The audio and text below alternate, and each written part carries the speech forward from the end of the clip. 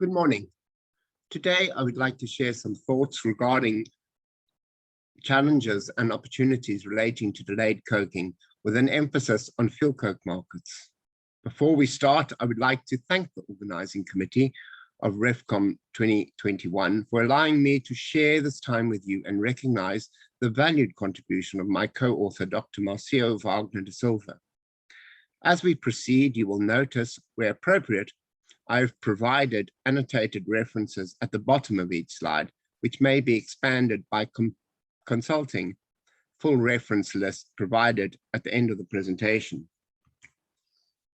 To commence the discussion, we will briefly discuss the encroaching sulfur predicament confronted at either end of the refinery value chain, starting with crude oil with an emphasis on compositional contamination and concluding with evolving market sustainability demands relating to heavy residues and coke, where much of the inherent sulfur naturally gravitates towards. While I will attempt to incorporate the fate of many contaminants, given its pressing scope of influence, I will focus on sulfur. However, rather than addressing the sulfur influence through the value chain purely on a quantitative basis, I will additionally speak to the nature of compounds within crude oil and how delayed coking enhances the stability of these sulfur associations, thus dragging a large percentage of the sulfur into the coke fraction. Furthermore, I will briefly reflect on the current landscape relating to dominant fuel coke markets with an emphasis on energy and cement sectors. As these markets evolve in terms of emission reduction and energy efficiency initiatives, non-energy applications, for example, lightweight aggregates, may provide a sustainable solution, especially considering the surprising environmental stability of fuel coke. The quality of vacuum residues and delayed coke is predisposed to mimic many evolving crude oil traits, especially compositional contamination, broadly defined to include sulfur, nitrogen, metals, and asphaltene influences. As the relative density of crude oil increases, the associated energy efficiency decreases, accompanied by reduction of organic hydrogen. Moreover, as the average molecular weight of crude oil increases, the percentage of straight-run vacuum distillates and, if applicable, the coke yield increase, although this may be subject to DCU operational parameters. The majority of organic sulfur is associated with high molecular weight, thermally stable heterocycles, which increase as a function of increasing crude oil relative density. Similarly, the metals display much the same trait. While much of the metal content presents either in an ionic form, e.g. salts that can be washed out, or as stable solid oxides which may be filtered, the organic metallic nature of nickel and vanadium compounds usually ensure that they get a so-called free ride through to the coke fraction, where they may prove detrimental. Furthermore, heavier crude oils tend to contain more asphaltenes. As depicted on the slide, the sulfur compounds in crude oil present in three main classes, namely as thiols, sulfides, and stable thiophene derivatives. Hydrocracking of heavier petroleum streams is a valuable refinery asset. However, it should be noted that as the molecular weight and structural complexity of the sulfur compounds increase, so does hydrogen consumption and the rate of catalyst poisoning. The active sulfur sites may also become impeded by neighboring alkyl or aromatic groups, while in still larger compounds, the complex geometries may cause steric hindrance. This contributes to increasing the hydrogen, catalyst, energy, and maintenance costs. It should be noted that sulfur compounds in vacuum residues are by and large polyaromatic heterocycles incorporating one or more sulfur atoms.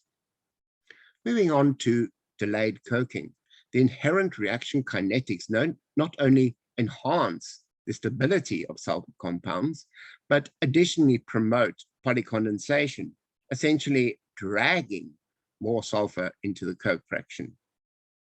By way of explanation, although present in a lower concentration, thermally unstable thiols, for example, thiophenol derivatives, may react in a variety of ways during delayed coking.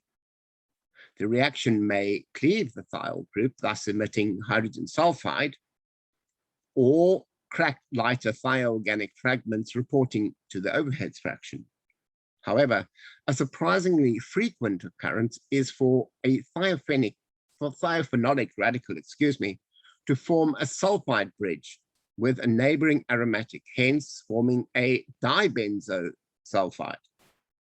This not only increases the relative thermal stability of the sulfur association, but the resultant molecular polycondensation increases the likelihood of sulfur incorporation within the coke fraction. Furthermore, as delayed coking promotes dehydrogenation, these sulfides, for example, our dibenzo sulfide, may experience further hydrogen depletion to form even more stable thiophenes, in this case, a dibenzothiophene, again promoting its inclusion in the coke fraction. While the same general polycondensation approach may be extended to the fate of asphaltenes, I would argue that given their massive size, geometric complexity, substantial polarity, and enhanced thermal reactivity, they may constitute a class of their own, if not a science of their own. I've included hydrocracking of heavier fractions given its functional duality of creating lighter molecules while permanently removing sulfur from the value chain in a sustainable manner. I would like to examine the potential of delayed coking to deliver much of the same value by adopting an innovative approach to fuel coke applications. In terms of market evolution, I've included the heavy petroleum or vacuum residues themselves as primary markets and DCU coke as secondary markets. In my opinion, these markets are mutually dependent, especially in light of evolving sustainability demands and the need to present it in conjunction with each other. One of the major market outlets for petroleum residues has historically been shipping bunker fuels, which has recently faced drastic legislative changes to quality requirements. Prior to 2020, heavy fuel oil, or HFO, which is largely based on typical VR derivative streams with sulfur contents as high as 3.5, was a staple fuel for this market. However, last year, the International Maritime Organization enacted legislation named IMO 2020 to the global shipping fleet of over 50,000 commercial vessels. IMO 2020 enforces a drastic reduction of the maximum sulfur content from 3.5 to 0.5%, which naturally excludes most HFO fractions and is more akin to far lighter distillate fraction, namely marine gas oil or MGO. This is where the synergy between bunker fuels and delayed coking functionality is able to extract value. This functional duality offers both a process for or process outlet for otherwise potentially distressed vacuum residues, while converting it to lighter, low sulfur distillates, which with subsequent downstream hydrogenation satisfy the sulfur restrictions of IMO 2020. Additionally, these lighter distillate fractions enhance energy efficiency, very much future-proofing the industry against probable CO2 legislation in future. Delayed coking supports these sustainability initiatives by locking contaminants like sulfur within a stable solid coke matrix. However, if the fuel coke is burned or incinerated in the energy market, the resulting SOx emissions either dilute the efficacy of environmental initiatives like IMO 2020 or diminish fuel coke value by increasing abatement costs. The bitumen market has over time remained a steadfast outlet for heavy petroleum residues, principally led by the development of asphalt roads. From its inception, the capability to construct durable, inexpensive asphalt roads serving to connect previously isolated geographical economies has delivered untold value. These road infrastructure developments, especially in lesser developed regions, have attracted substantial funding from global aid agencies as they stimulate economic self-sustainability. However, a detracting industry caveat relates to the volatile organic haze which can both be seen and smelled during the laydown of asphalt hot mix. This informs much of the negative public perception, including the fallacy that volatile bitumen components act as cancer-causing agents. While I advocate any environmental concerns to be resolved, I would suggest that not only do market myths equally need to be scientifically dispelled, but moreover, effectively communicated to the public. For the purposes of this slide, I've defined secondary VR markets in terms of DCU coke products. Fuel coke is typically utilized in energy markets, and thus the quality is defined in terms of current permissible emissions, including SOx, NOx, and particulate matter, as well as an evolving proviso, excuse me, for energy efficiency regulation in the future. We will, however, unpack this market in greater detail within the next couple of slides. In terms of anode coke, the steady quality decline over time has triggered not only environmental concerns specifically relating to SOx emissions, but additionally to the contamination of aluminium by nickel and vanadium.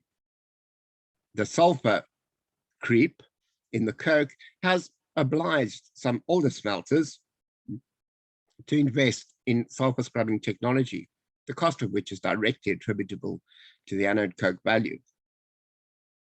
The environmental flavor driving emerging smelter technologies is evidenced in the development of inert anodes, which aim to negate any greenhouse gas emissions from the smelter.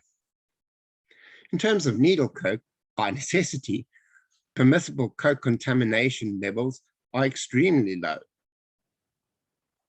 meaning that quality creep would be initially observed by unacceptable decline of electrode performance before becoming an environmental threat. The extreme thermal conditions under which these graphite electrodes operate cannot tolerate needle coke quality creep. To give you an idea, the electrode may reach temperatures in excess of 3000 degrees centigrade, while at the tip of the electrode, the arc caused may be in excess of 10,000 degrees Celsius. One of the principal uses for fuel coke is in energy markets, along with coal in power stations. The value of fuel coke and coal may be compared in terms of market attractiveness, quality, and environmental impact. From a market perspective, if in future coal demand reduces, less coal may be demanded. However, as a byproduct of a separate value chain, fuel coke will still be sacrificially produced, irrespective of demand, as a route to producing preferred lighter fuels.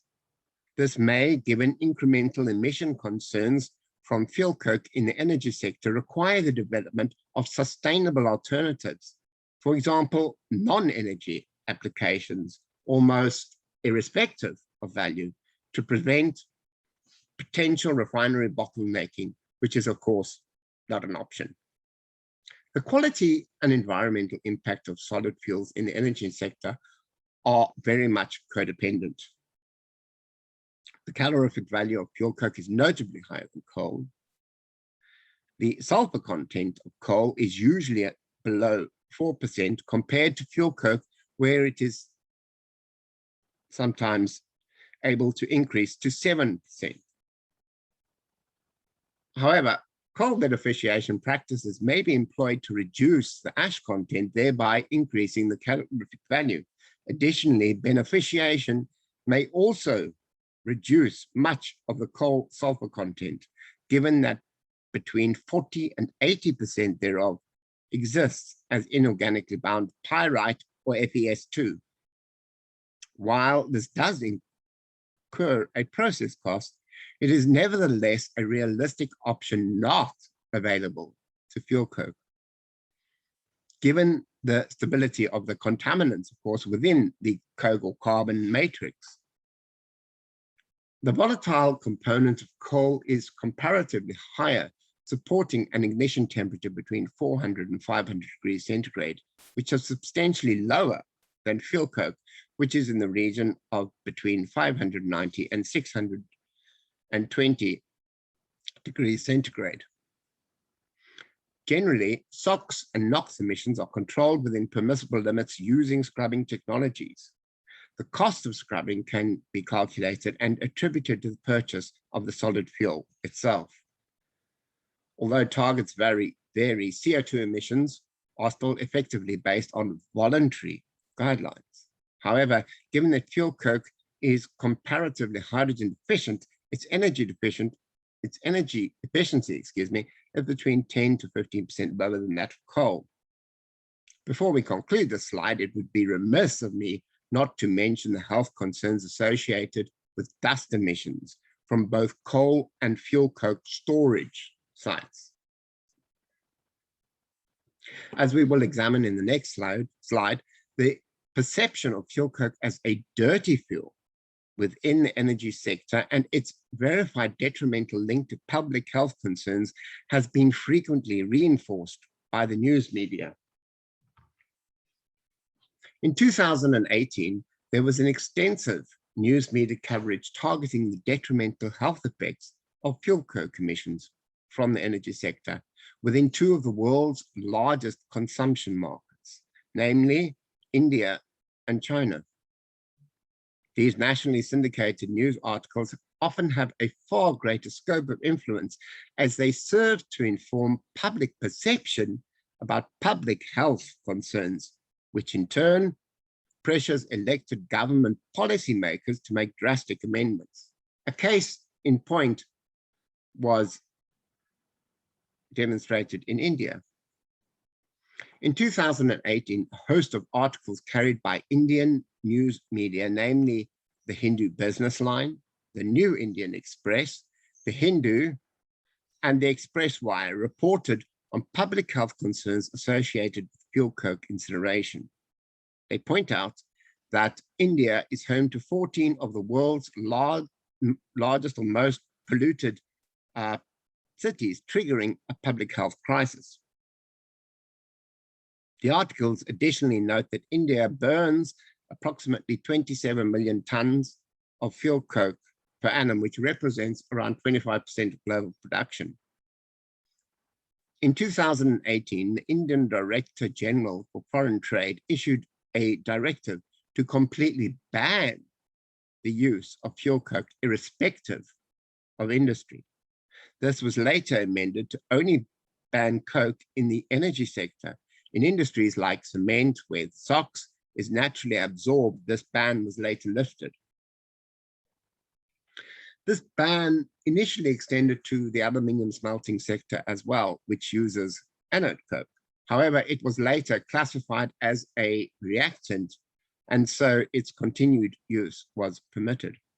Of course, while anode coke is not a fuel per se, I would argue that its environmental freight or abatement costs are much the same. Similarly, China imports substantial quantities of high sulfur coke from USA, Middle East, and South America to augment domestic production. Chinese policymakers have historically focused environmental policy directives predominantly based on coal utilization, given that fuel coke makes up a comparatively small fraction of the national energy demand. However, as written in the Wall Street Journal at the beginning of 2021, Chinese policy makers are currently proposing economic instruments to limit fuel imports, noting fuel coke, which may adversely influence the nation's 2060 sustainability targets. Thankfully, the use of fuel coke in the cement industry has a far healthier scorecard. Dependent on definition, fuel coke may either be viewed as a reactant or fuel during the reduction of limestone to form calcium oxide. Naturally occurring elements in the limestone feed chemically react with SOx produced by the fuel coke incineration, forming a range of complexes, namely calcium, sodium, and magnesium sulfates. The total sulfate content of cement is regulated. This is important as gypsum or calcium sulfate is added to the cement to retard premature curing and prevent stress cracks during application. If the levels of both sodium and magnesium sulfates formed in situ are high, it reduces the amount of gypsum that can be supplemented, inducing a potential performance threat. However, at least from a sulfur perspective, the application in cement has significantly less of an environmental footprint based on current emission regulations. One of the drivers for this presentation was to explore non-energy, and by this I mean non-destructive applications for fuel coke, thus challenging historical perceptions. Implicit therein would be to harness any inherent characteristics of fuel coke that would be beneficial in terms of its intended application. The quality and thus attributable market value of any coke product is determined as a function of the specific market itself. One of fuel coke's inherent characteristics is the environmentally stable organic complexes it forms with contaminants. By way of example, the Environmental Protection Agency, or EPA of the US, commissioned a study to define the environmental stability of fuel coke other than as an energy source. As noted on the slide, the study found it was physically stable under ambient atmospheric conditions, did not biodegrade, was chemically inert, and was further resistant to either water or acid attack, even under accelerated environmental conditioning. The contaminants remain stable within the carbon matrix. Additionally, it did not vaporize, did not degrade under light, was not carcinogenic, and posed an extremely low ecotoxicology risk to either soil or aquatic environments. The only possible caveat I see may be dependent on application, the influence of the high molecular weight volatiles. I would evaluate the viability of low temperature calcination in a reducing atmosphere to remove this risk if pertinent to the application. Non-fuel applications for coke, or fuel coke rather, have been tested on various scales with differing degrees of success. While they are better described on the slide, I will briefly mention a few of them. Based on their generally disordered microstructure, fuel cokes are easily activated for water purification. Additionally, when added to cement premix, they have been shown to reduce noise pollution and enhance thermal insulation properties of the artifacts.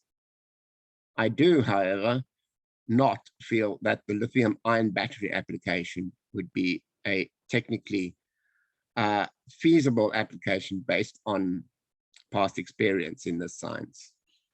I was, however, interested in the use of fuel coke as a lightweight aggregate, or LWA, in asphalt roads, which I would like to discuss in the next slide. The drive to incorporate lightweight aggregates in asphalt roads as co-aggregates has historically received substantial interest. In this respect, test roads were produced incorporating a variety of candidate materials, included shredded tires, a wood chip, sawdust mixture, and expandable polystyrene. While they all served to enhance certain qualities, they were each found to be susceptible to at least one of the accelerated environmental conditioning trials. On the basis of these and similar trials, a list of ideal characteristics for lightweight aggregates in asphalt roads was established. I've compared the inherent properties of these ideal characteristics in terms of technical performance, environmental stability, and market criteria. From a performance viewpoint, the bulk density of fuel coke is approximately 1/3 that of gravel aggregates, and thus satisfies the primary deliverable of a lightweight aggregate. The lower comparative bulk density is due to a substantial internal network of closed porosity. Additionally, the external macro porosity of fuel coke substantially increased the available surface area, which in turn drives bonding strength. The compressive strength of fuel coke is relatively high given its relatively low HGI and corresponding harder nature. Fuel coke has also been shown to retain structural integrity both during static and dynamic load bearing. The origin of this inherent structural stability can be traced back to both DCU feedstock chemistry as well as process variables.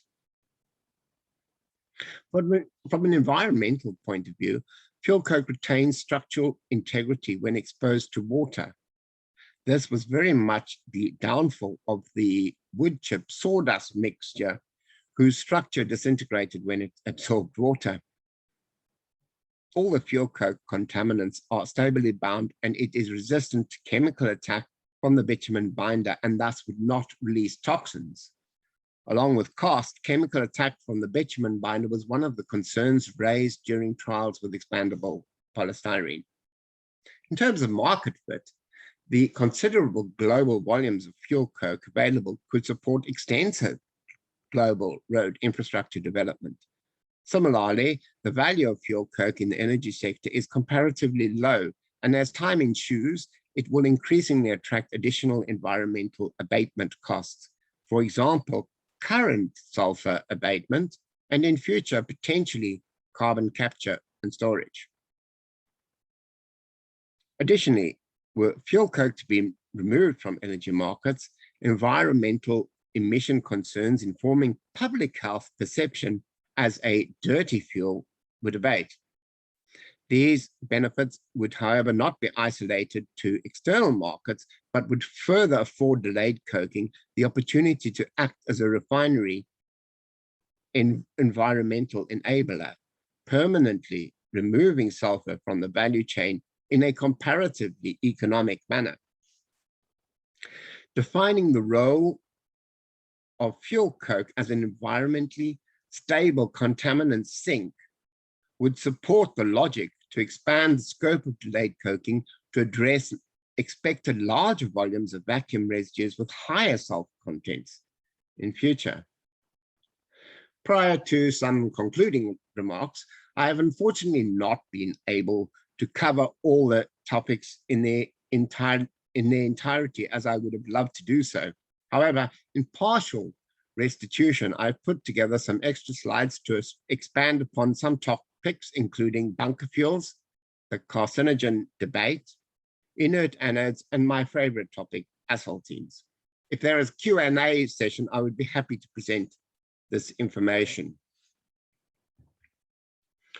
In conclusion, processing heavier crude oils reduces straight run lighter distillate volumes, increasing the refinery reliance on carbon rejection processes, including delayed coking, to ensure continued economic viability while addressing evolving market demands. For example, bunker fuel initiatives like IMO 2020. Furthermore, the increased compositional contamination associated with heavier crudes is largely passed through to straight-run vacuum residues and eventually, if applicable, to the coke fraction. Delayed coking offers refineries an opportunity to not only convert heavy sulfur-laden residues into lighter distillates, but to act as an environmental sink for a large number of inherent contaminants, binding them within a solid, stable coke matrix.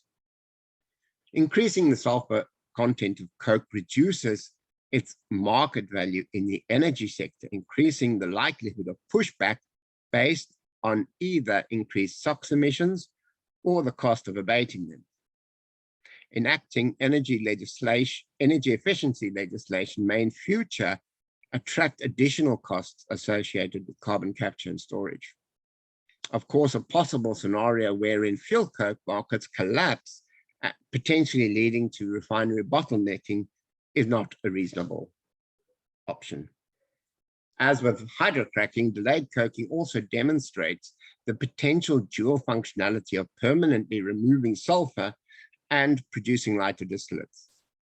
While I guess hydrocracking may stabilize more of the sulfur, the ability of delayed coking to process heavier streams in a comparatively economic manner may prove beneficial.